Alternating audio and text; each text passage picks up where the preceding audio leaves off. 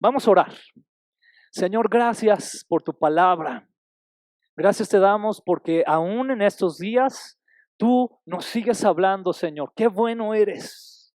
Porque vivimos en medio de una generación que ha decidido de muchas maneras disminuir, Señor, la autoridad de tu palabra, rechazarla, hacerla a un lado, Señor, despreciarla. Pero te damos gracias porque tú, siendo el Dios del universo, tú extiendes tu amor y tu paciencia para con nosotros y nos sigues hablando, Señor. Gracias, Padre. Gracias, Señor. Señor, disponemos nuestro corazón para aprender de tu palabra el día de hoy y ser más como tú quieres que seamos, Señor. Que esta semilla caiga en tierra fértil y que dé fruto, Señor, y que sea un buen fruto que permanezca. En el nombre de Jesús. Y todos decimos, amén. Gloria a Dios, amén. Pues el día de hoy tenemos el último tema de estos temas emergentes que le hemos llamado hacia esta serie de temas emergentes. Y el tema es un tema también delicado de tocar, pero que tenemos que tocar de manera puntual conforme la palabra del Señor. ¿Está de acuerdo? Y el tema es el aborto. Y aquí en este tema lo que voy a hacer es lo siguiente, voy a comenzar más o menos como lo he hecho los otros domingos y voy a trabajar algunas definiciones. Y en base de las definiciones, después de esto, voy a hacer el contraste bíblico, que es lo que la palabra de Dios nos dice acerca de este tema. Voy a tratar de ir un poco fluido, es decir, un poco rápido, porque al final yo le quiero dar una pequeña conclusión sobre nuestra postura como iglesia conforme a la visión y a la misión que tenemos como Centro Cristiano Koinonia Aguascalientes en relación a estos temas emergentes. Mi responsabilidad como pastor es decirle esto.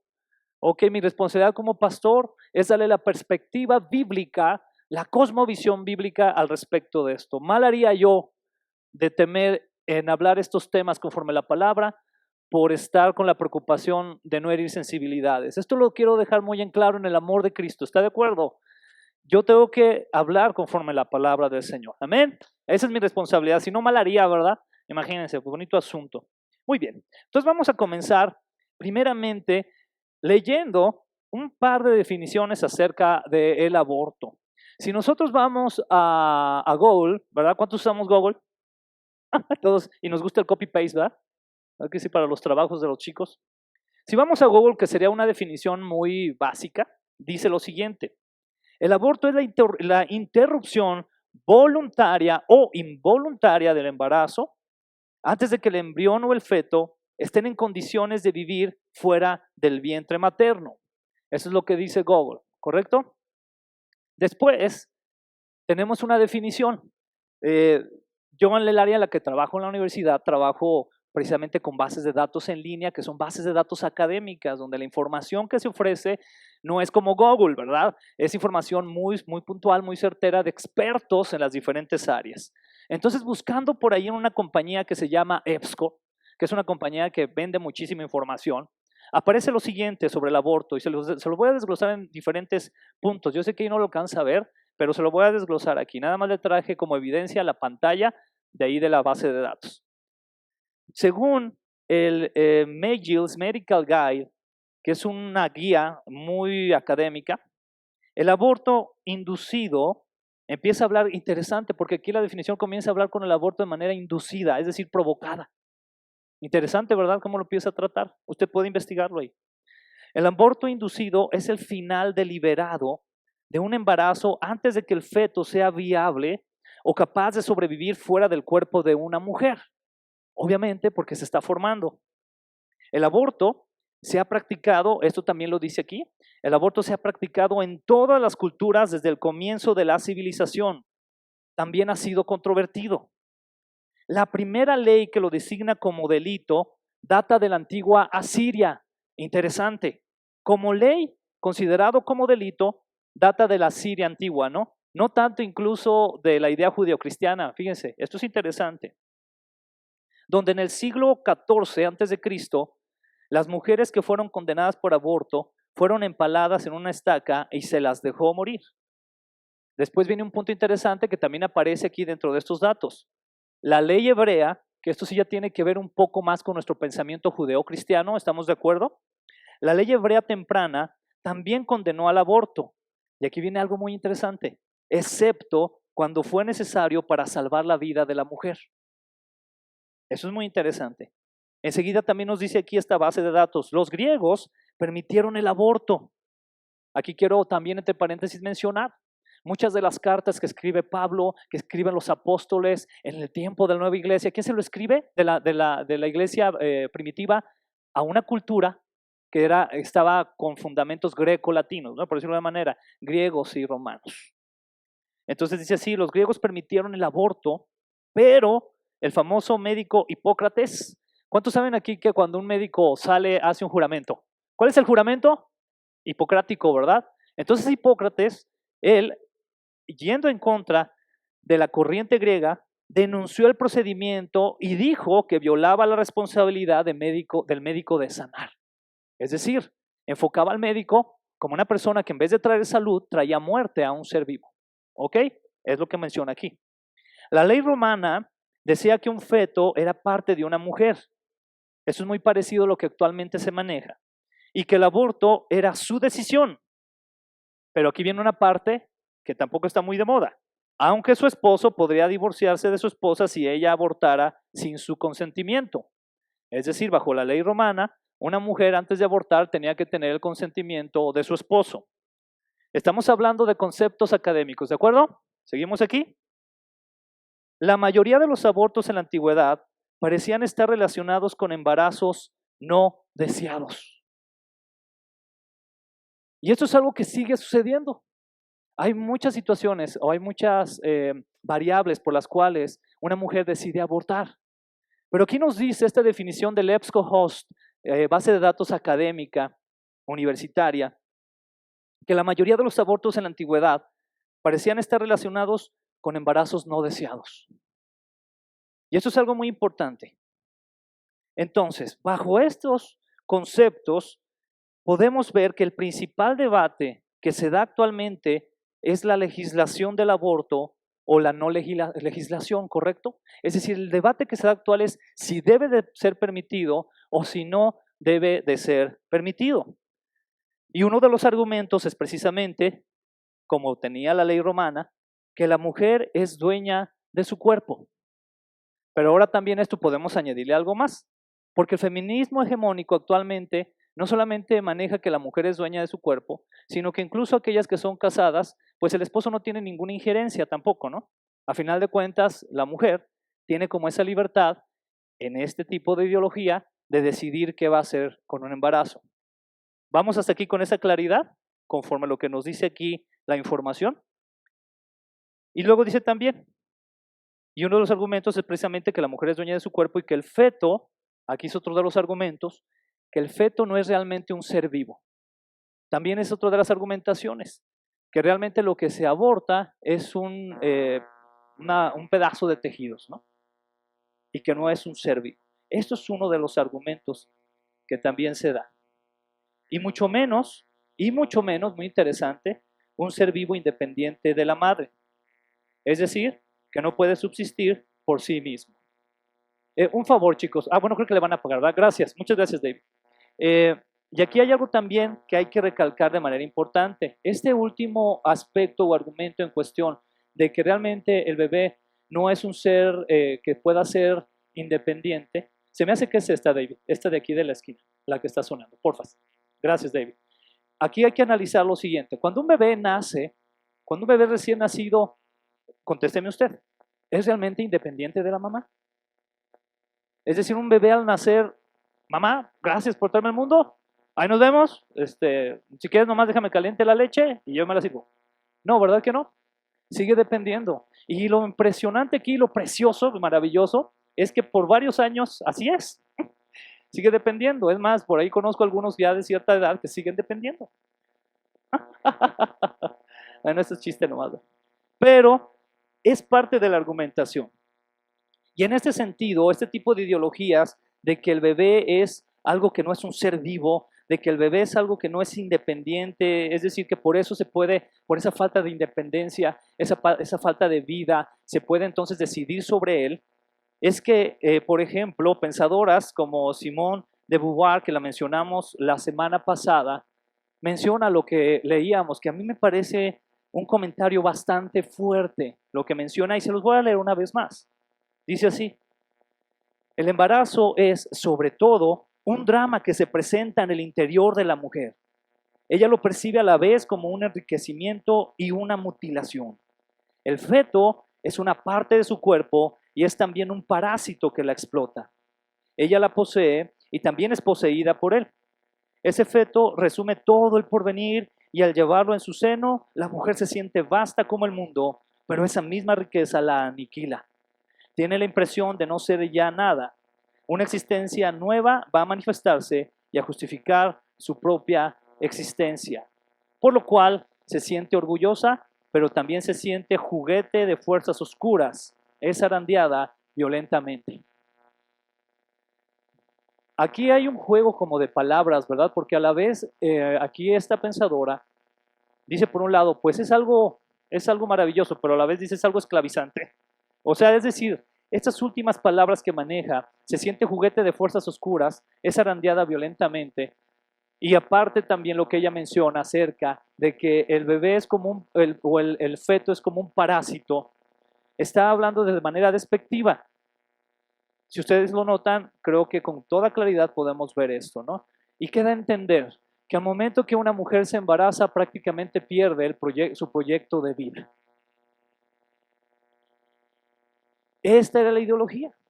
Sería bueno, y yo les invito a que lo hagan, que ustedes estudien la vida de esta pensadora y que vean cómo realmente en su vida siempre estuvo en contra, ella lo llamaba así, del mito de la familia y del mito también de la mujer o del hombre, ¿no? Es decir, como tales. Y es muy importante poder tener esos conceptos en claro. Es muy importante tener estos conceptos en claro, déjenme decirles por qué. Para que esto no suene a manipulación. ¿Ok? ¿De acuerdo?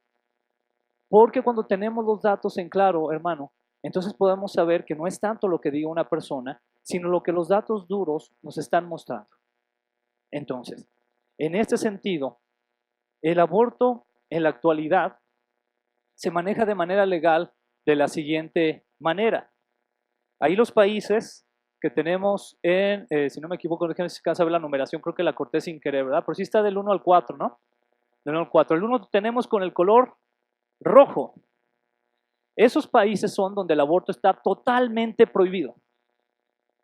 Es decir, con una decisión totalmente radicalizada acerca del aborto, está totalmente prohibido. Ahí reconocemos algunos países en África y algunos países en Medio Oriente, ¿verdad que sí? Ahí están puestos.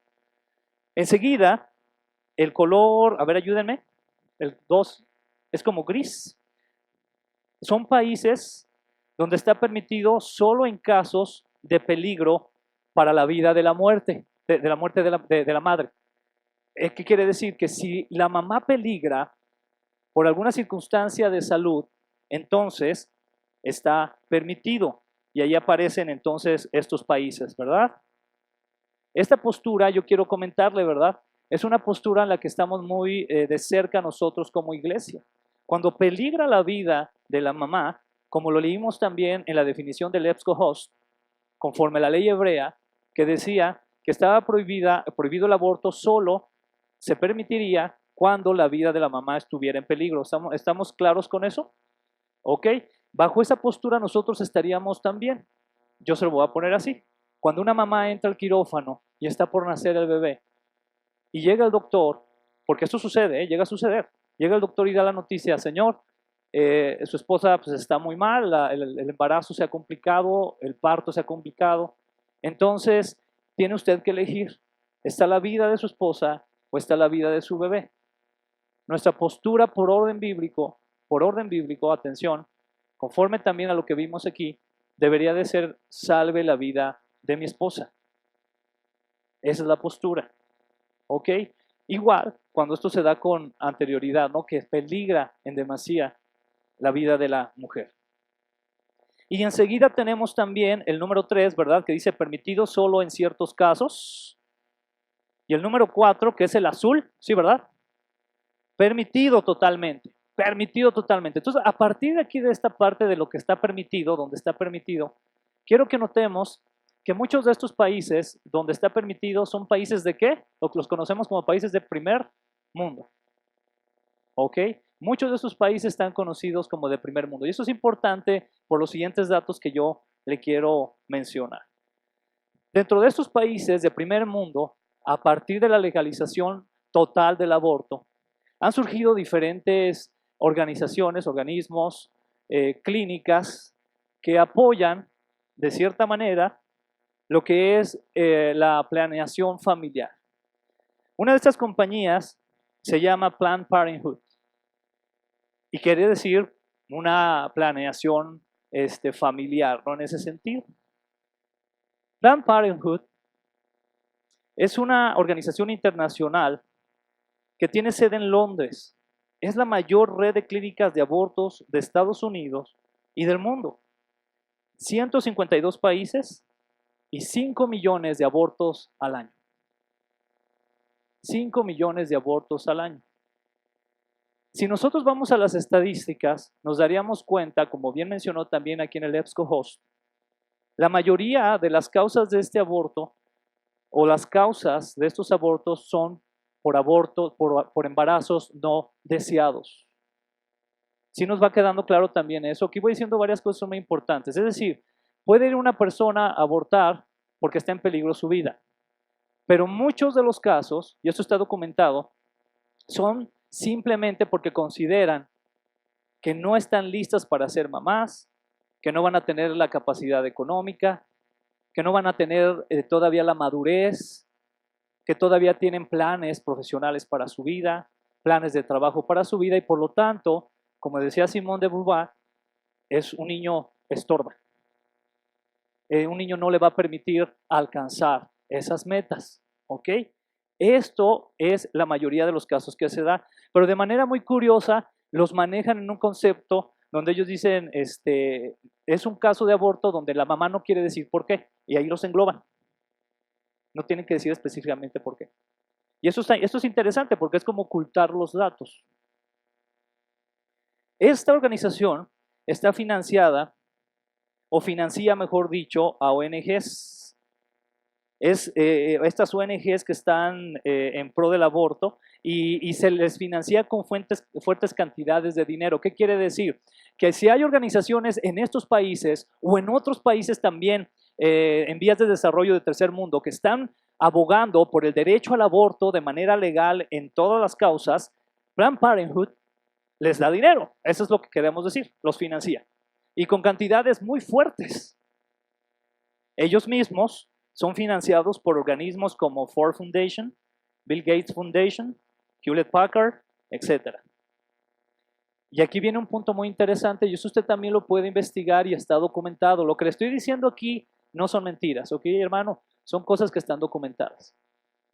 Recientemente, la IPPF o Planned Parenthood Federation se vio involucrada en un escándalo por la venta de órganos de los fetos extraídos por las prácticas abortivas realizadas en sus clínicas.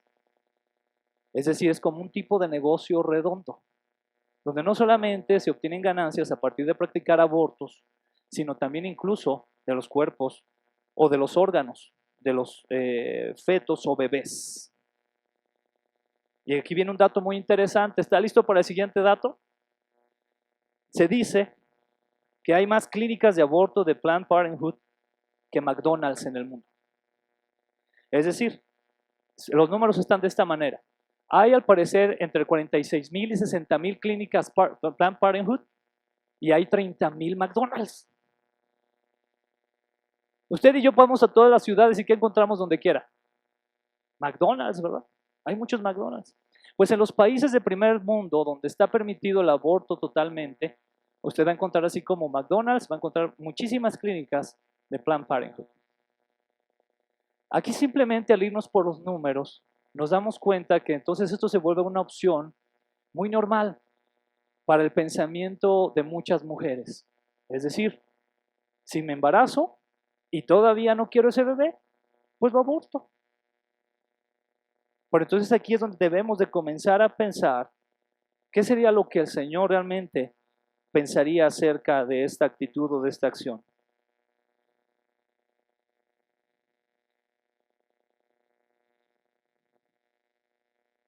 Una de los aspectos que me pareció a mí muy interesante es el siguiente. Fíjense, por ejemplo, tienen ellos un dicho en Planned Parenthood, que si no me equivoco es care no matter what.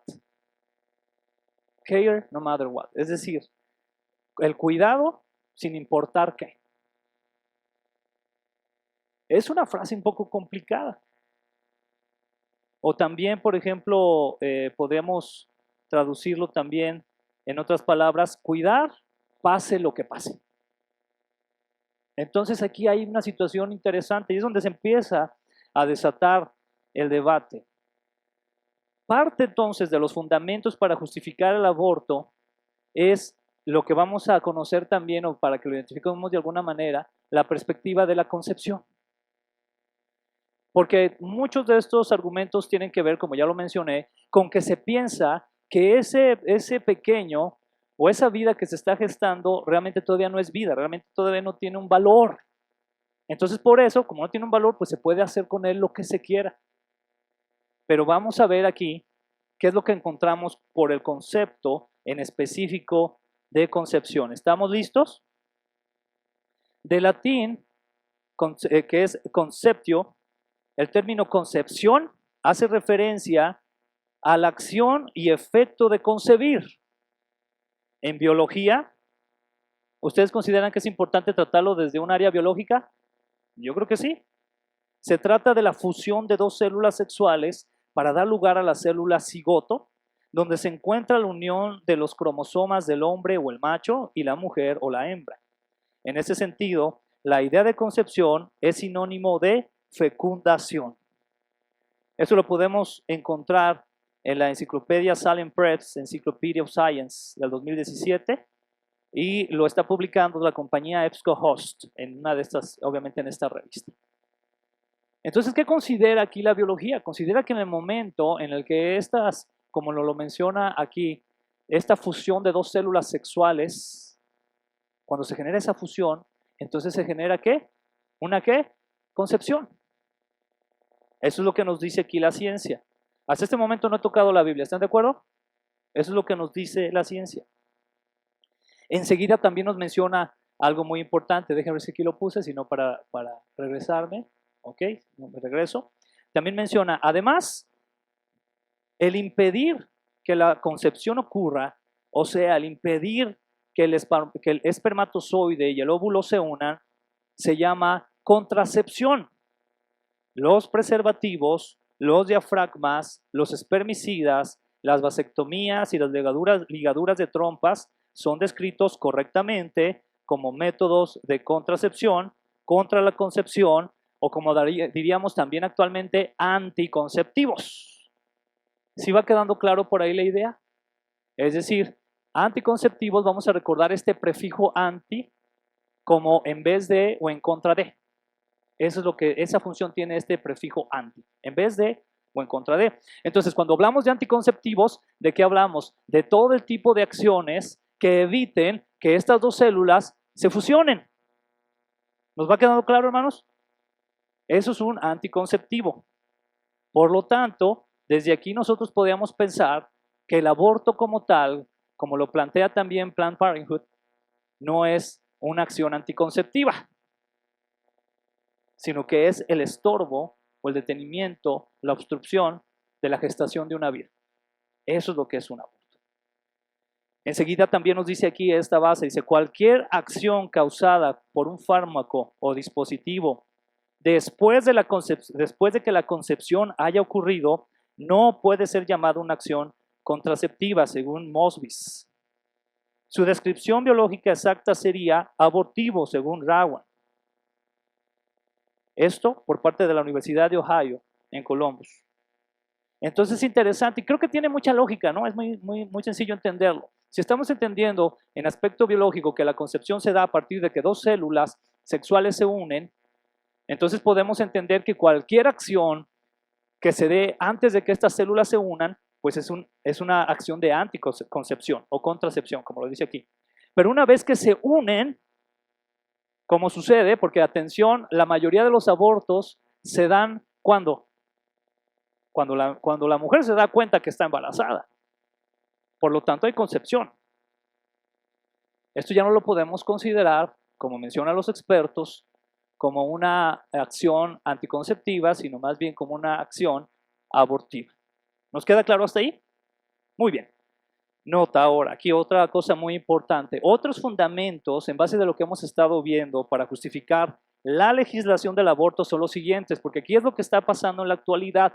Se están dando argumentos, se están dando debates, lo cual es importante para saber por qué sería factible o permisible el aborto en este caso. Entonces, otros fundamentos para justificar la legalización del aborto son, por ejemplo, cuando el embarazo fue producto de una violación de un desconocido, conocido o incluso familiar, que también se le llama incesto. Ese es uno de los argumentos. Es decir, cuando una mujer sufrió de una violación, que esto nunca va a ser justificable, o sea, una violación nunca va a ser justificable, pero aquí quiero dejar muy en claro, una violación no solamente ocurre hacia una mujer, también ocurre hacia hombres. ¿Sabemos eso? Y hacia niños. Yo le platicaba el domingo pasado, ¿verdad?, que en España, no recuerdo bien si fue en el 2018 o 2017, hubo más violaciones de madres hacia hijos que de hombres hacia mujeres. Algo está pasando. Eso está tremendo. Entonces es una situación que ocurre, pero aquí en este caso en específico, enfocando al tema del aborto, ese es uno de los temas, ¿no? Pero si nosotros nos ponemos a analizar en esta cuestión, el derecho de la mujer a abortar porque fue violada o abusada sexualmente, tendríamos también que analizar lo siguiente. En este caso, también sería el violar el derecho de nacer a un ser que no es culpable de lo que sucedió. Porque en el vientre de esa mujer se está gestando una vida. Esa vida, si somos muy realistas, ¿es culpable de lo que le pasó a la madre? ¿Se le ha preguntado si quiere ser abortado o no? ¿Tiene la facultad de decidir eso?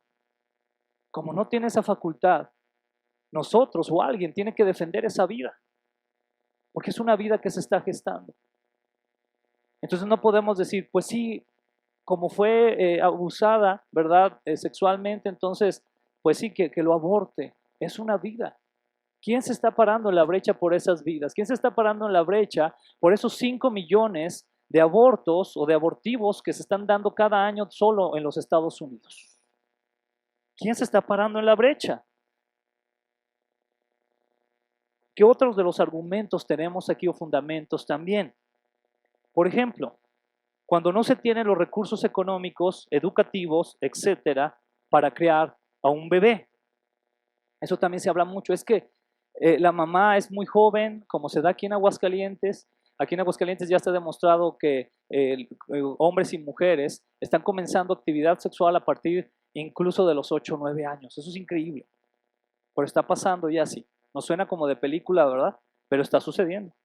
Entonces ya las pequeñas adolescentes entre 11 y 12 años, pues muchas de ellas ya son capaces de embarazarse, ¿no? Y se embarazan. ¿Y qué es lo que sucede? Que después vemos a niñas criando niños, ¿correcto? Sí pasa eso. Niñas criando niños, por la situación como se dio. Y es ahí donde se habla de este fundamento para justificar, ¿no?, la legalización del aborto, cuando no se tienen los recursos económicos, cuando no se tienen los recursos educativos para criar un bebé. Y este último caso genera más implicaciones que nos corresponde acatar. Aquí voy a entrar en un área donde no solamente quisiera que nosotros nos veamos como, a ver, el aborto, ¿qué onda con las mujeres? ¿Verdad? Están abortando y están buscando que se legalice el aborto y todo esto, y estamos a veces enfocados demasiado esa área. Pero quiero hablar de otra área aprovechando estos dos casos, por ejemplo, cuando hubo una violación o el caso cuando la mamá no está preparada. Es decir, les decimos, ok, no abortes, pero ¿qué otra opción les damos también? Y ahí es donde nosotros debemos entrar mucho en juego. Y voy a hablar por partes. Primero, la responsabilidad del padre. Y aquí es donde quiero hablar un poquito acerca de la masculinidad, no del machismo, sino de la masculinidad. Y le voy a agregar la masculinidad bíblica. Y la masculinidad bíblica debería de enfocar lo siguiente: nosotros deberíamos de impulsar a los jóvenes, atención con esto, porque a veces pensamos que en la iglesia no pasan estas cosas, ¿verdad? Decimos, no, aquí en la iglesia no va a pasar, ¿verdad? Pero si un joven aquí en la iglesia, le voy a poner el caso así muy práctico, por alguna circunstancia de su vida embaraza a una señorita que no tiene todavía la capacidad económica, que no tiene la educación o que se siente en un momento difícil para poder crear un bebé, ¿cuál es la actitud que debe de tomar ese joven? Esa actitud debe tomar una joven una actitud de responsabilidad, de acatar y de enfrentar lo que él provocó, en este caso un embarazo. Entonces probablemente a este joven le va a tocar, si estaba estudiando, discúlpenme, pero se los tengo que decir así, dejar de estudiar y ponerse a trabajar para poder levantar a ese pequeño, apoyar a esta muchacha. Yo no sé si se van a casar o no, ese es otro tema, pero por lo pronto tener esa responsabilidad porque él dio esa semillita. Ese bebé no vino solo, ¿verdad? Que sí, no vino solo por ella porque ella un día estaba pensando en él, sino que él es responsable, ¿verdad que sí? Entonces nosotros como creyentes, hermanos, porque esto no tenemos que hacerlo a un lado, o sea, no tenemos que hacer, nomás decir, no, es que no deben de abortar, ok, no aborten, pero entonces, ¿qué estás haciendo? ¿Estás tú promoviendo que los jóvenes en la iglesia, que los hombres en la iglesia realmente adquieran un compromiso y una conciencia de que cuando tienen un encuentro sexual con alguna señorita, puede ser que pueda producirse un embarazo? Y si van a ser responsables acerca de ese embarazo. Entonces aquí esa parte de la masculinidad, de la responsabilidad del padre es muy importante. Los hombres tenemos que dar también ahí, entrar en ese aspecto. No solamente echarle toda la pelotita a la mujer, ¿verdad? Es decir, uy, es que están aborte y aborte. ¿Y los hombres qué onda? También. ¿Qué es lo que la cultura le dice al hombre? La cultura le dice al hombre, tú entre más mujeres tengas, entre más mujeres, si te has acostado con muchas mujeres, pues más macho eres, más es tu valor. ¿Sí o no dice eso la cultura? ¿Qué se dice de una mujer que hace esto? Pues que es de lo peor, ¿no? La realidad es que si vamos al enfoque bíblico, el Señor nos diría, ambos están cometiendo un pecado que se llama fornicación. Y hombre o mujer están cometiendo algo que los está separando del Señor, que los está poniendo en contra de los preceptos del Señor. Entonces aquí hay una responsabilidad compartida en este aspecto también. Mucho es la responsabilidad, obviamente, o mucho se le da responsabilidad o responsabiliza a la mujer, pero el que un hombre embarace a muchas mujeres es casi un trofeo. Vamos a pensarlo también de esta manera.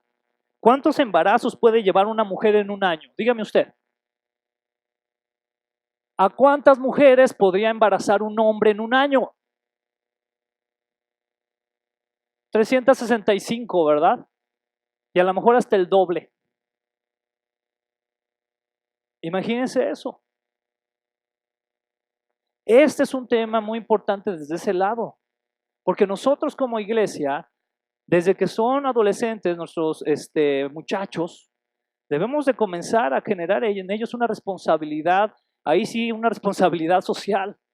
A ver, atención, mijo. Si se te alborotan las hormonas, debes de ser responsable con eso. Y debemos de hablar de estos temas con ellos sin temor, porque también la iglesia la hemos regado en el sentido de que no queremos hablar de sexualidad con nuestros hijos. Y cuando los hijos preguntan a los padres acerca de sexualidad, las caras se ponen rojas y cambiamos los temas, ¿no? Eso es un grave error. Debería de comenzar esto por la casa, sin duda alguna.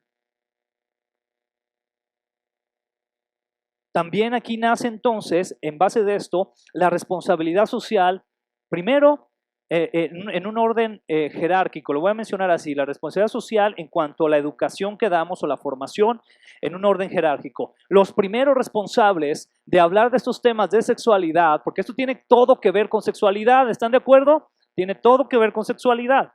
La responsabilidad primera, ¿de quién cree que es? De la familia. De los padres específicamente.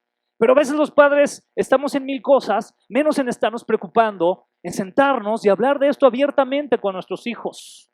Porque le tengo una noticia, papás. Ellos tarde o temprano, actualmente más temprano que tarde, se van a enfrentar a esto. Y van a tener que tomar decisiones. Y usted no va a estar ahí para poder impedir algo o provocar algo, lo que sea. Pero lo que sí va a estar ahí es la instrucción que usted ha dado o el consejo que usted ha dado. Qué gran responsabilidad tenemos la familia en estos temas. Qué gran responsabilidad. Y enseguida de la familia, la responsabilidad también la tiene la iglesia. Aquí en alguna ocasión, no sé si usted recuerda, algunos lo recuerdan, estuvimos hablando del material de Josh McDowell acerca de sexualidad.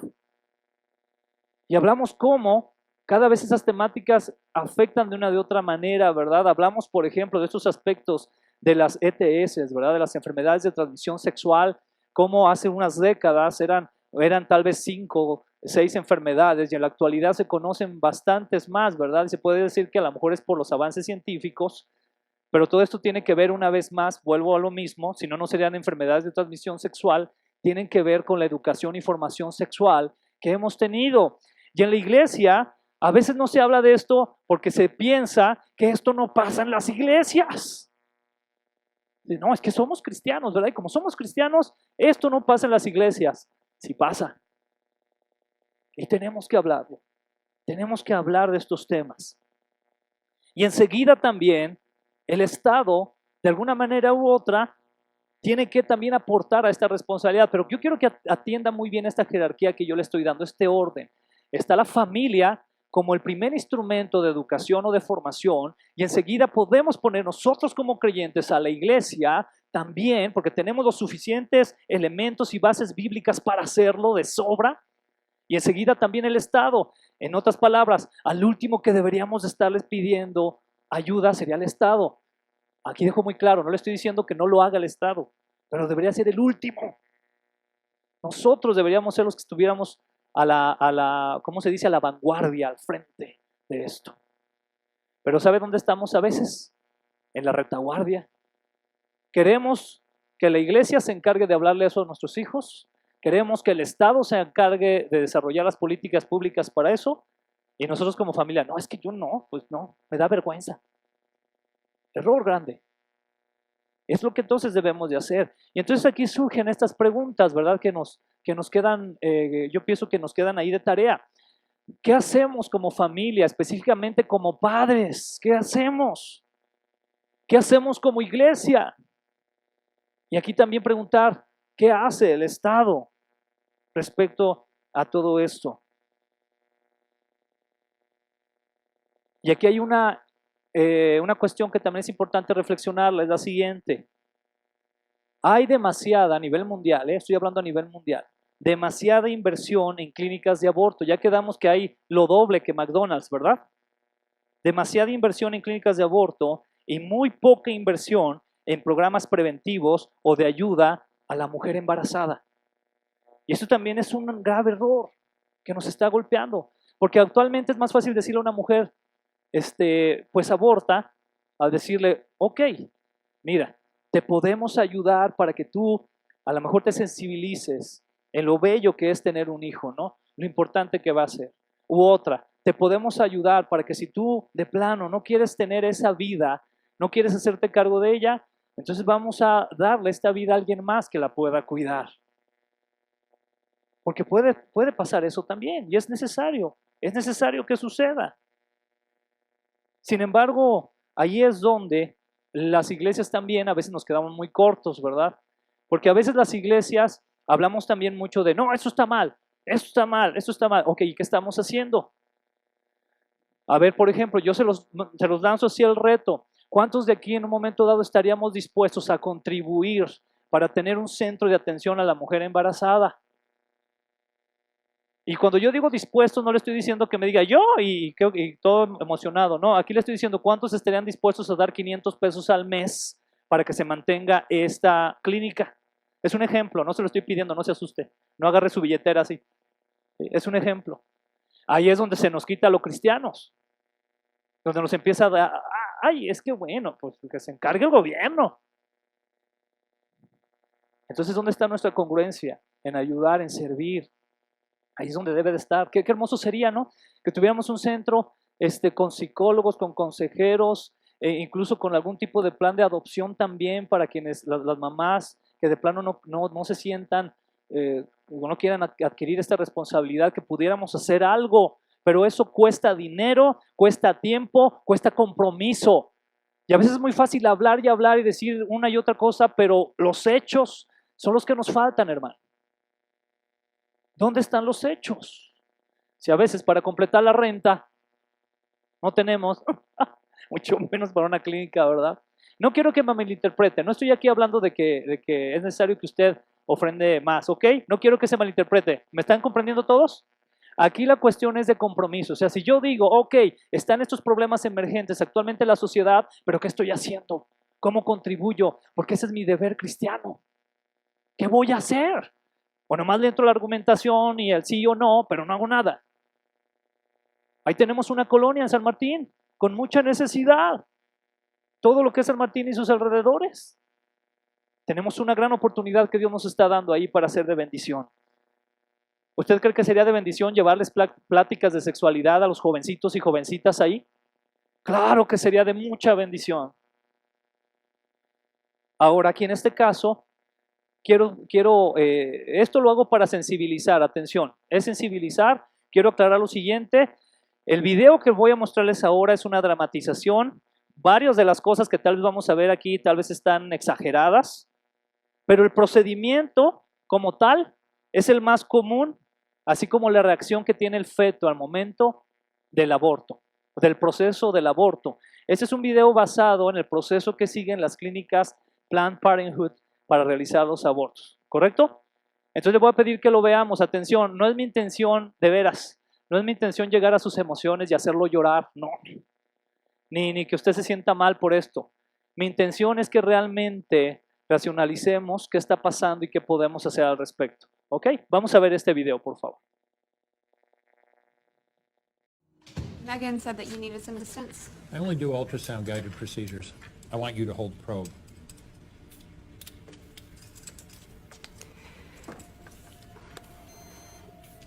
This might be a little cold, okay?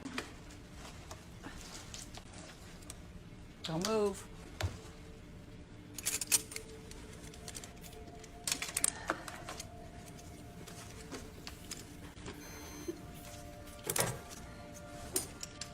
I'll take my tubing.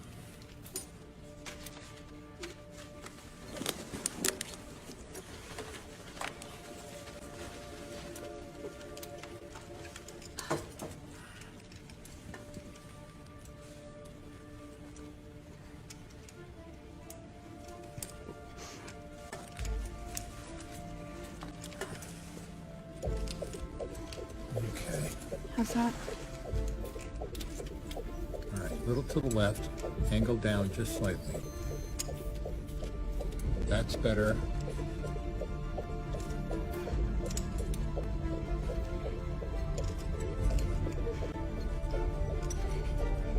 Weaker. Hold I'm on. still. Stay still. Hold my arm, but you can't wiggle it. Want to get done, don't you? Deep breath. Just hold the probe in place so I can see what I'm doing. Okay, up there. It just moved away from the catheter. They always move. That's why I do it this way.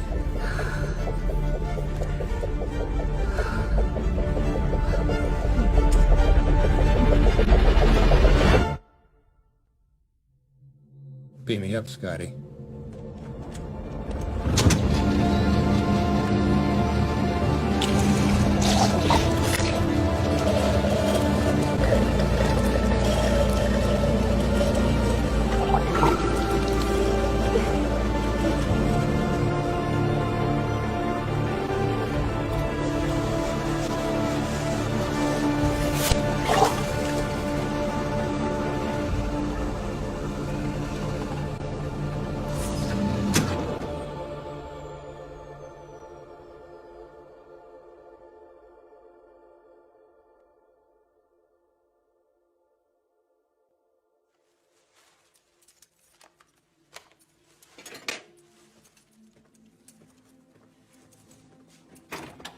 hell is she going?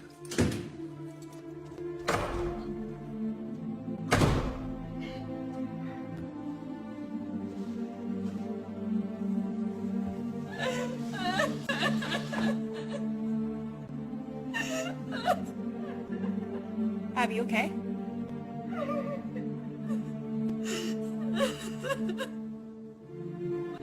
Did you need a doctor?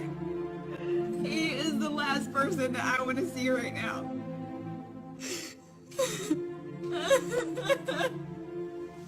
Unfortunately for me, Si gustas hasta ahí está bien, David, gracias. Ok. Esta es parte de una película que creo que se va a estrenar pronto y tiene que ver con el testimonio de una directora, si no me equivoco, de una de estas clínicas de Planned Parenthood, lo que ella vivió y cómo se dio cuenta de este procedimiento. Hay un procedimiento que sí es real, porque aquí obviamente están usando efectos y todo, pero hay un procedimiento donde se ve exactamente lo mismo, algo muy parecido, que se llama el video Un grito en el silencio o Un grito silencioso. Y este video lo realiza uno de los fundadores que, bueno, estuvo en favor precisamente del aborto en algún tiempo, pero después se da cuenta de la situación y él muestra con un ultrasonido el procedimiento y se puede ver cómo el pequeño, desde el momento en que entra esta aspiradora, porque es una aspiradora la que se utiliza, y obviamente es un cuerpo invasivo en la matriz de la mujer, el feto trata de huir. Lo podemos ver, trata de ir a algún lado, o sea, él sabe que algo está pasando. El ritmo cardíaco del bebé comienza a acelerarse, o sea, se asusta, algo sucede, él se da cuenta que algo está pasando. Entonces comienzan a aspirar y comienzan a desmembrar este cuerpo. ¿Usted cree que este cuerpo tiene dolor en ese momento? Claro que sí. Estamos hablando de fetos que están hasta 10, 11, 12 semanas. Este ejemplo era de uno de 13, o sea que según ya se les había pasado casi el tiempo. Pero ya están mucho, ya está formado, ya tiene las características, es decir, hay cosas más en formación, pero ya tiene las características de un ser humano. Si usted ve esa imagen, ¿a qué le trae a la memoria? A un ser humano. No creo que le traiga a la memoria otro tipo de ser, o sea, ya está muy caracterizado. Entonces con esta aspiradora comienzan a desmembrar el cuerpo y después, cosa que aquí no se ve, no sé si ahora ya tengan unas aspiradoras más potentes, pero anteriormente cuando llegaban a la cabeza del feto no podía ser aspirada porque era muy grande. Entonces tenían que usar unos forceps que introducían también para tronar la cabeza del feto y poderlo sacar. Esta es una acción muy invasiva y muy violenta. ¿Qué diría Hipócrates si viera eso, no? Si es una cuestión de sanidad, yo creo que diría, pues no. Porque incluso muchas de estas mujeres quedan con riesgos también a adquirir ciertas infecciones, porque el proceso está tremendo. Pueden ser que queden partes de ese pequeño en la matriz de la mujer y puedan causar infecciones. Obviamente los procedimientos ya han avanzado mucho, tal vez eso sea la minoría de los casos. Pero aquí el punto que quiero que veamos o que nos demos cuenta es que hay una vida. ¿Y qué es lo que está pasando o qué se está haciendo con esa vida? Y que es una situación muy real. Ahora, dejando todo esto a un lado, ¿cuál es la postura bíblica? La postura bíblica. ¿Qué nos enseñaría la Biblia acerca de todo esto, no? Porque, repito, si usted y yo somos creyentes, pues nuestra autoridad debe de ser la palabra de Dios. Porque si nosotros ponemos en duda la palabra de Dios, entonces pues no somos creyentes. Estamos entonces, somos, como lo he mencionado alguna vez, simpatizantes, nos gusta, ¿no? Nos gusta la Biblia como nos gusta Moby Dick y algún otro libro clásico. No, error. Si usted es creyente, lo repito, si no es creyente, adelante, o sea, está bien, tenga usted la Biblia como un libro más, como un bestseller, lo que usted quiera, adelante, usted está en su derecho. Pero para mí que soy un creyente, la autoridad está en la palabra. ¿Qué es lo que a mí me dice? ¿Qué es lo que a mí me dice la palabra? Entonces, ¿qué vemos en la palabra de Dios? El primer versículo que quiero leerle está en Deuteronomio, capítulo 30, versículos del 19 al 20. Deuteronomio, capítulo 30, del 19 al 20. En lo que está en la pantalla yo se lo voy leyendo. Dice así la palabra: hoy te he dado a elegir entre la vida y la muerte, entre bendiciones y maldiciones. Ahora pongo al cielo y a la tierra como testigos de la decisión que tomes. Ay, si eligieres la vida para que tú y tus descendientes puedan vivir, puedes elegir esa opción al amar, al obedecer y a comprometerte firmemente con el Señor tu Dios. Esa es la clave para tu vida. Y si amas y obedeces al Señor, vivirás por muchos años en la tierra que el Señor juró dar a tus antepasados, Abraham, Isaac y Jacob. Por un lado podríamos decir, ok, hay que hacer la hermenéutica correcta de este pasaje, no hay que hacer el estudio inductivo de este pasaje, para quién fue escrito, en qué momento se escribió, etcétera, etcétera, y llegaríamos de una manera muy clara que obviamente el Señor le está hablando en el tiempo de Moisés, de la ley, a los judíos, pero atención aquí. En la ley usted va a encontrar preceptos que vienen claramente de la mente de Dios y del corazón de Dios, y preceptos que son enfocados por decisiones de hombres. Le voy a poner un ejemplo. Dios no quería el divorcio y lo estableció muy claramente en la ley. ¿Está de acuerdo? Sin embargo, por la dureza del corazón de los hombres, Dios dio esta permisidad y Moisés y otros hombres de ahí sabios tuvieron que dar cartas de divorcio para proteger a las mujeres, pero no era la voluntad de Dios. ¿Estamos en lo correcto? Sin embargo, versículos como este nos hablan directamente del corazón de Dios. ¿Y qué está en el corazón de Dios? Que elijamos la vida. Porque Dios creó la vida. La muerte es una consecuencia del pecado. Es una consecuencia de nuestra rebeldía delante de Dios. Cuando entendamos eso, vamos a dejar de culpar a Dios de muchas cosas. De por qué el Señor permite esto y por qué permite. Cuando entendamos nuestro pecado y nuestra postura delante del Señor, que es lo que hace la Biblia, entenderemos cosas como esta, donde el Señor nos dice, elige la vida. Porque si eliges la vida, entonces ahí vas a tener la opción de amar, de obedecer y de comprometerte firmemente con el Señor, tu Dios. Que es la parte que aquí subrayo. El amar, el obedecer y comprometernos firmemente con el Señor. Este es el contexto que encontramos aquí. Entonces tenemos un Dios ¿de qué? ¿De muerte o de vida? Es un Dios de vida. Él estaría en favor de la vida. Él está en favor de la vida. Y para irnos más claramente, Salmo 139, versículos 13 al 15. ¿Tú creaste qué? ¿Qué creó el Señor? Las delicadas partes internas de mi cuerpo y me entretejiste en el vientre de mi madre. ¿Desde dónde el Señor está tomando ya acción? ¿A partir del momento en el que el niño sale del vientre de la madre? Desde el vientre de su madre. Desde allí está tomando acción el Señor, desde allí Él está obrando. ¿Y qué es lo que está haciendo? Está desarrollando las delicadas partes internas del cuerpo, entretejiendo en el vientre de la mamá.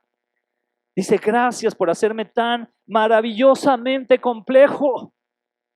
¿Cuántos saben que somos maravillosamente complejos? Somos impresionantes, de verdad. Hay una complejidad en nuestro ser.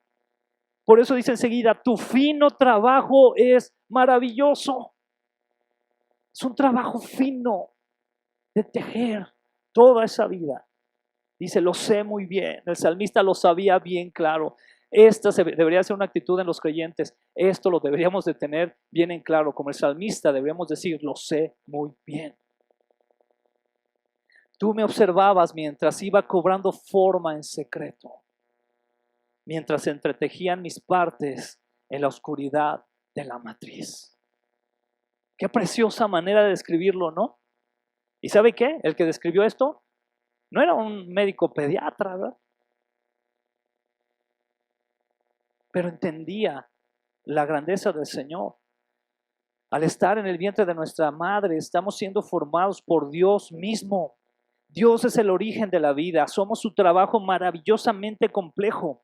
Entonces, al abortar, interrumpir un embarazo, podría surgir la pregunta, ¿a quién estamos interrumpiendo en su obra de vida maravillosamente compleja? Esto es importante, hermano, que reflexionemos en eso. ¿A quién estamos interrumpiendo? Y aunque suene como que, oye, pero ¿cómo puedo interrumpir a Dios? Pero es una pregunta que va más allá de eso. ¿Qué estamos haciendo? Éxodo 20:13 dice muy claramente, no cometas ¿qué?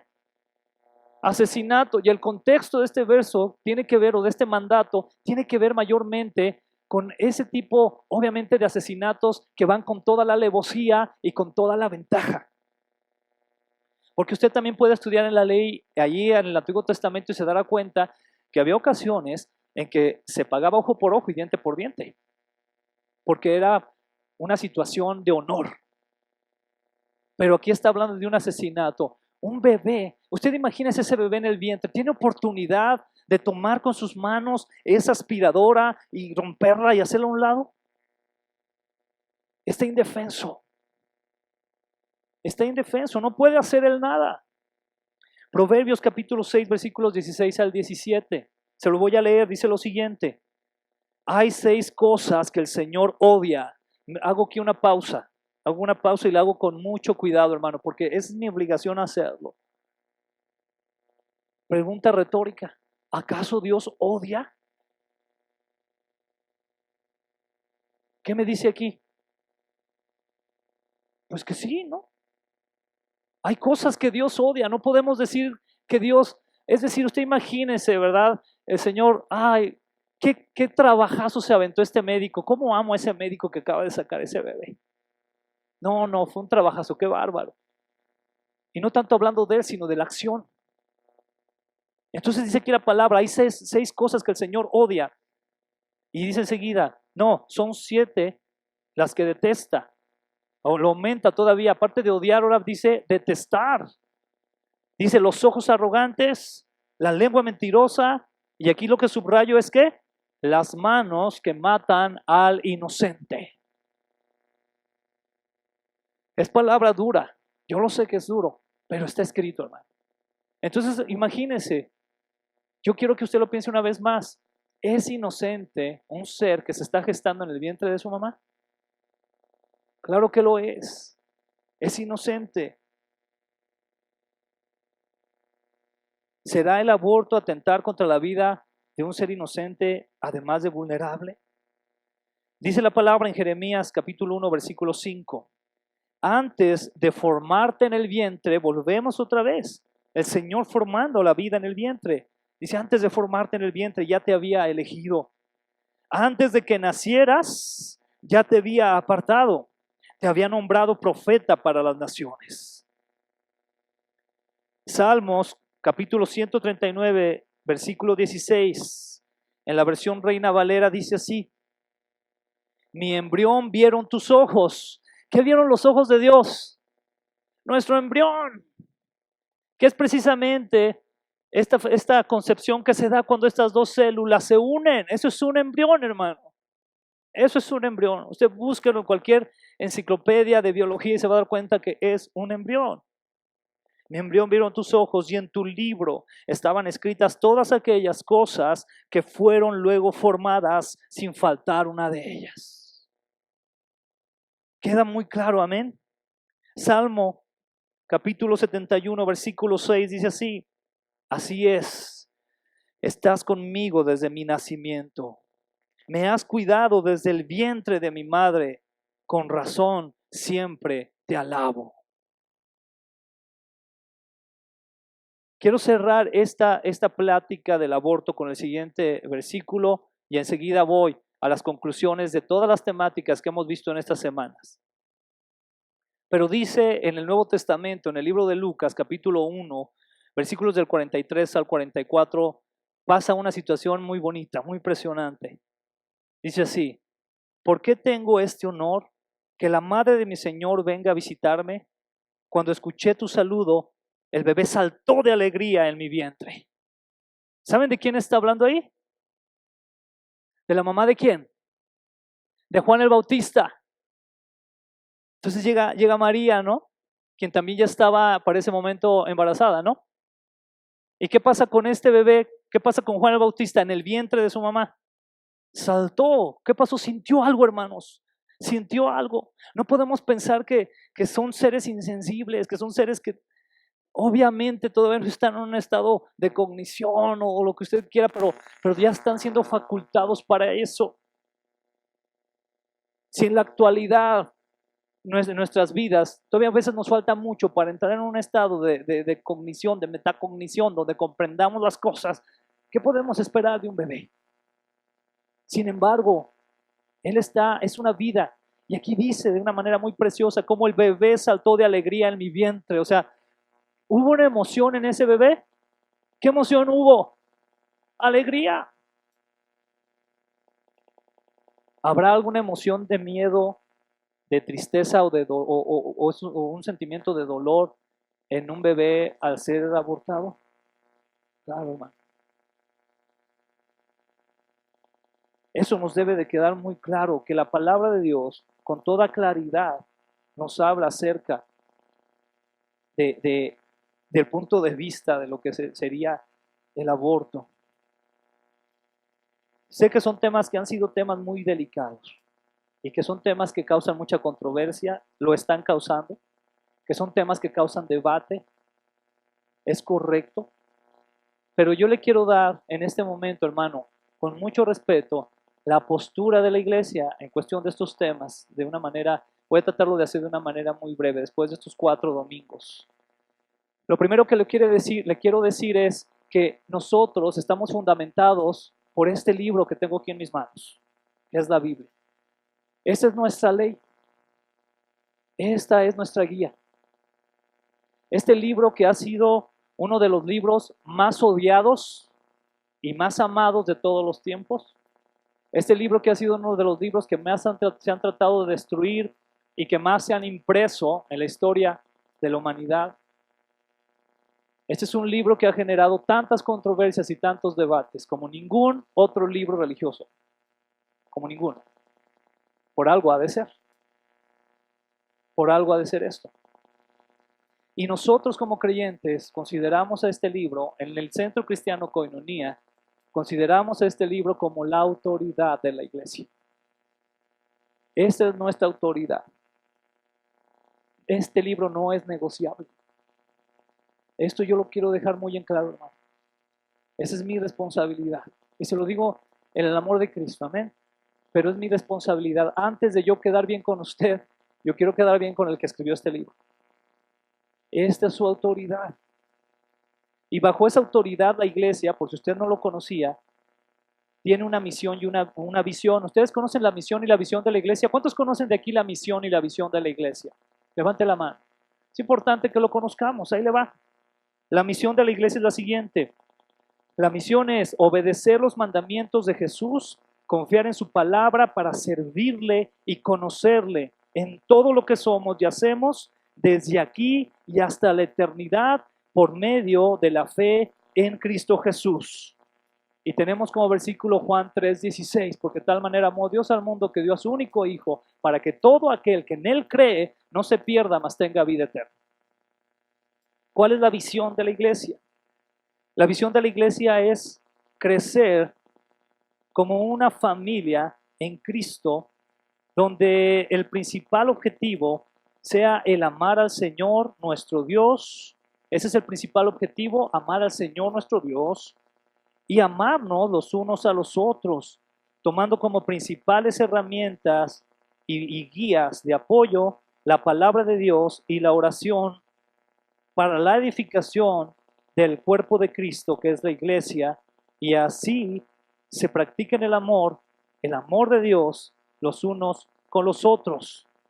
De esta manera, ser olor fragante a nuestro Señor Jesucristo, ser de bendición a nuestras familias y ser de bendición a nuestra sociedad.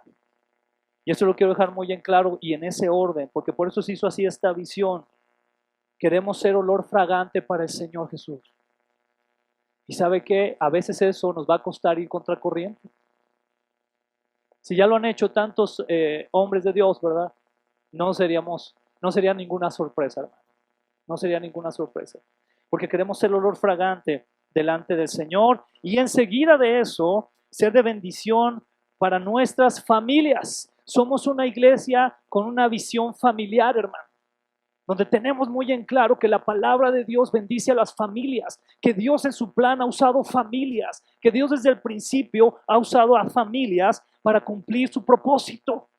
Entonces somos una iglesia que bendecimos a la familia. Y después de estas dos cosas, de ser olor fragante al Señor y de bendecir a la familia, entonces sí, ser de bendición a la sociedad. Esa es la visión. Y en ese sentido de la misión y la visión, yo le quiero leer rápidamente cuál es la postura que nosotros tenemos en relación a estos temas emergentes que hemos hablado. La primera que le quiero mencionar entonces es la postura relacionada a la ideología de género. ¿Recuerda que hablamos 2 domingos de este tema?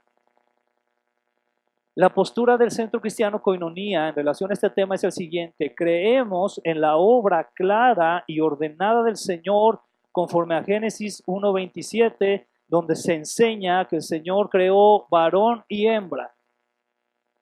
Esa es la postura de la iglesia. También quiero dejar claro lo siguiente, hermano, que también se los mencioné. Siempre tendremos las puertas abiertas a homosexuales, así como a los borrachos, así como a los mentirosos, a los adúlteros, a los fornicarios, a los idólatras, a los ladrones, a los maldicientes, ya que todos, al acercarnos humildemente al Señor y a su palabra, somos día a día transformados por su gracia salvadora. Aquí no están las puertas cerradas para nadie, hermano. Yo no quiero que usted vaya a pensar eso. Aquí todos son bienvenidos. Y yo creo que usted lo sabe muy bien. Muchos de ustedes han hablado conmigo y saben que independientemente de las posturas y lo que ustedes tengan, son bienvenidos. ¿O a alguien le hemos negado la entrada a esta iglesia? A nadie, a nadie. Porque todo esto que acabo de mencionar es lo que la palabra del Señor nos enseña también en Gálatas capítulo 3, 28. Todos somos pecadores. Sí, todos somos pecadores, pero estamos siendo transformados día a día para hacer la voluntad del Señor. Para cada día parecernos más a Cristo Jesús, que ese es el gran reto de nuestra vida. Muchas veces yo he dicho, en vez de compararnos unos a otros, porque a veces eso hacemos, ¿verdad? Es que tú eres así, a ti te falta esto, a ti te falta aquello. Mejor compárese con Cristo Jesús. Y verá que no le llegamos ni a los talones al Maestro. Ahí debe de estar nuestra misión. Ahora, en relación al tema del feminismo, que también lo tocamos la semana pasada, ¿lo recuerdan? Consideramos los siguientes.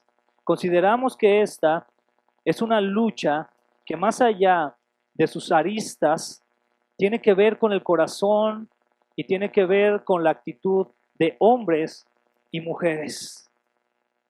Hay un feminismo, pero también hay un machismo. Y también hay un machismo que se dirige o que dirige hacia el odio. ¿Qué quiere decir esto? Aquí el problema, hermano, que es lo que hemos visto, es mucho de que si el hombre tiene la razón, que si la mujer tiene la razón, que si la mujer está siendo asesinada o que si el hombre, a mí me impactan estas noticias, hermano, porque se enfocan demasiado en una cuestión que lo único que genera es odio y división. Y no es por ponerme en favor de nadie, pero fíjese, yo me acabo de enterar la semana pasada que en la Ciudad de México ya han llegado a haber hasta 25 de lo que llamamos feminicidios al día, ¿verdad? Algo así se llama. 25 feminicidios contra 80 y tantos asesinatos a hombres al día. ¿Cuál es el problema ahí? El problema es el corazón del ser humano. No es tanto que si eres hombre o eres mujer. Es la actitud de tu corazón hacia Dios. Y es lo que ahí causa de repente también este tipo de divisiones. Nosotros como iglesia estamos de acuerdo en que la mujer debe de ser honrada, en que la mujer debe tener esos derechos, que la mujer ahora, gracias a Dios, ha alcanzado, ¿no? Derechos tan importantes como el derecho a voto, el derecho al estudio, a que pueda prepararse, varios derechos. Pero aquí hay que comprender algo. Todos tenemos la obligación la misma delante de Dios. Hombres y mujeres. Igual. Es más, les voy a decir una noticia y lo voy a decir para que vean cómo nuestra postura no es así como que, no, vamos contra las mujeres. No, no, claro que no. ¿Quiere que le dé una noticia aquí en corto? Bueno, usted sabe que aquí en la iglesia hemos apoyado mucho la idea, porque yo lo veo al estudiar la palabra, no es porque yo lo piense, al estudiar la palabra veo que la mujer tiene un papel muy importante en el ámbito ministerial. Amén. Y usted ha visto que ahora hermanas han pasado aquí al frente a compartir la palabra. ¿Ustedes lo han visto? ¿Cuántos han sido testigos de eso? Bueno, yo le quiero decir algo. Hay hermanos de la iglesia que ya se han ido de la iglesia por esa razón. ¿Y qué vamos a hacer nosotros? Entonces, ¿qué vamos a hacer? Ay, hermano, no te vayas. Ya no vamos a volver a pedir a alguna hermana que predique. No, hermano, ¿por qué? No porque yo lo piense así, sino porque vamos a la palabra y vamos a encontrar muchos ejemplos de grandes mujeres del Señor que llevaron la palabra como de una manera impresionante. ¿Sí me entiende, hermano? Entonces nosotros realmente no somos, por decirlo, excluyentes, ¿verdad? No, para nada lo somos. Pero sí nos fundamentamos en la palabra de Dios. Y finalmente, en cuanto al aborto, que ya lo leímos bastante, y relacionado al Salmo 139, 16, ¿verdad? Que nos habla que nuestro embrión fue visto por el Señor. Estamos a favor de la vida de un ser en desarrollo que no tiene voz para defender su vida, con la excepción de que esté en peligro la vida de la madre que lo está gestando. Esa es la postura que tenemos en la iglesia. ¿Ok? Esa es la postura que tenemos en la iglesia. Y estas posturas no la basamos nada más en emociones o sentimientos o en manipulaciones, hermano. No la basamos en nada de eso. La basamos en la palabra. Y voy terminando con esto. Mateo 24:35. Jesús dijo, el cielo y la tierra pasarán, pero mis palabras no pasarán. Ese es el camino, la verdad y la vida. Está en Cristo Jesús. Hebreos capítulo 4, versículo 12 nos dice, la palabra de Dios es viva y eficaz, más cortante que toda espada de dos filos y penetra hasta partir el alma y el espíritu, los tuétanos y las coyunturas, y discierne los pensamientos y las intenciones del corazón. ¿Sabe qué va a pasar, hermano? Y yo le pido a Dios que esto siga sucediendo, Cada domingo que aquí estudiamos la palabra, nos va a molestar algo en el corazón. ¿Y sabe por qué es? Porque es viva y eficaz. Y discierne los pensamientos. Y te hace ver tu postura. Y te hace darte cuenta que a lo mejor no estás tan bien como pensabas. Y ese es el objetivo. Yo prefiero 1000 veces, eso es algo personal, una iglesia donde todos salgamos así como que, ay, ¿esto por qué, bro? ¿O qué onda? A una iglesia donde, sí, es todo muy bonito y todo estuvo de acuerdo. Porque cuando la palabra de Dios nos pega, hay cosas que, ahora de ahí vamos a tener dos posturas o dos actitudes que tomar. Una, decir, Señor, humildemente, sí, reconozco que esto me está pasando. O la otra, decir, no estoy de acuerdo, no quiero esto y punto. Ya cada uno, como adultos, somos responsables de eso. También tenemos lo siguiente. Usamos la palabra de Dios. Y en esto quiero, hermano, que quede muy claro, porque esto es una postura muy importante del Centro Cristiano Koinonia Aguascalientes. ¿Ok? Usamos la palabra en una generación que cada día, aún dentro de la iglesia misma, resta autoridad a la Biblia y pone en duda sus enseñanzas. Sabemos que esto es una lucha del alma, es decir, de los pensamientos, y una lucha del espíritu. Segunda de Corintios 10, del 4 al 5, dice así: usamos las poderosas armas de Dios y no las del mundo para derribar las fortalezas del razonamiento humano y para destruir argumentos falsos, y destruimos todo obstáculo de arrogancia que impide que la gente conozca a Dios. Capturamos los pensamientos rebeldes y enseñamos a las personas a obedecer a Cristo. Eso es lo que está conforme la palabra en 1 Corintios 10, 4 al 5. que es un versículo que hemos conocido en la Reina Valera, ¿verdad? Porque las armas de nuestra milicia no son carnales, sino poderosas en Dios para la destrucción ¿de qué? ¿Sabe dónde se generan esas fortalezas? Aquí. Y para derribar todo argumento, hermano, que se levanta en contra del conocimiento de Cristo, llevando cautivo todo pensamiento a la obediencia a Cristo Jesús. ¿Sabe usted que día a día, porque esto pasa día a día, no solo con estos temas, día a día tenemos pensamientos rebeldes que van en contra del conocimiento de Cristo? ¿Sabe qué tenemos que hacer en nuestra lucha? Llevar cautivos esos pensamientos y decirles, obedece a Cristo. Esto es lo que debemos de hacer. Y va más allá de declarar una cosa u otra. No. Esto quiere decir tener la palabra de Dios bien firme en nuestras vidas. Orar. Por eso también yo he tenido en mi corazón el compartirles también tanto como lo intentamos hacer acerca de nuestro homenaje al Señor. ¿Qué tenía que ver nuestro homenaje al Señor? Nuestra adoración, nuestra oración, el estudio de la palabra, lo que ofrendamos a Dios, cómo nos acercamos a Él. Porque si nosotros realmente tenemos esos hábitos de gracia, como los llama David Mathis, entonces podremos llevar esos pensamientos cautivos y todo argumento que no sea conforme la palabra de Dios, repito, conforme la palabra de Dios. Entonces eso se va a obedecer, se debe de ir a obedecer a Cristo Jesús. Amén. Yo quiero dejar con mucha claridad, con mucho amor, pero también con mucha carga en mi corazón. Esto que voy a decir a lo mejor suena, espero que no suene así como demasiado paternalista, ¿verdad? Pero la palabra me enseña, hermanos, que ustedes son mi responsabilidad. Y un día el Señor a mí me va a pedir cuenta de ustedes. ¿Usted sabía eso? Un día el Señor me va a decir, a ver, ¿qué enseñaste? ¿Qué dijiste? ¿Dijiste cosas para quedar bien o dijiste mi palabra? Yo prefiero 1000 veces decir su palabra. Porque me preocupa que usted conozca al Señor.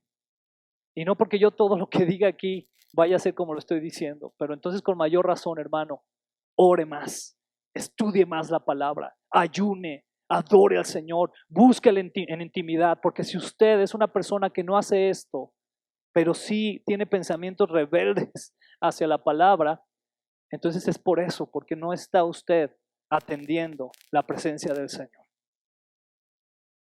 Amén. Vamos a ponernos de pie y vamos a orar. Vamos a orar al Señor.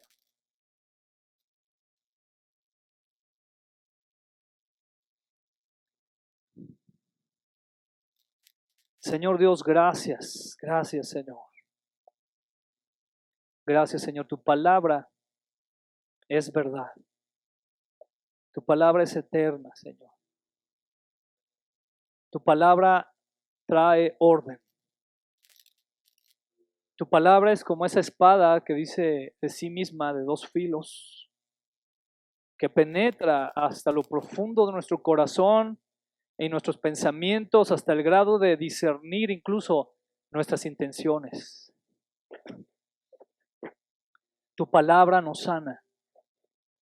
Tu palabra nos confronta porque es como un espejo al cual nos miramos y nos hace ver nuestra posición delante de ti. Y si nosotros nos vamos y se nos olvida cuál era esa posición delante de ti, pues entonces no tendría sentido, Señor, buscar de tu palabra.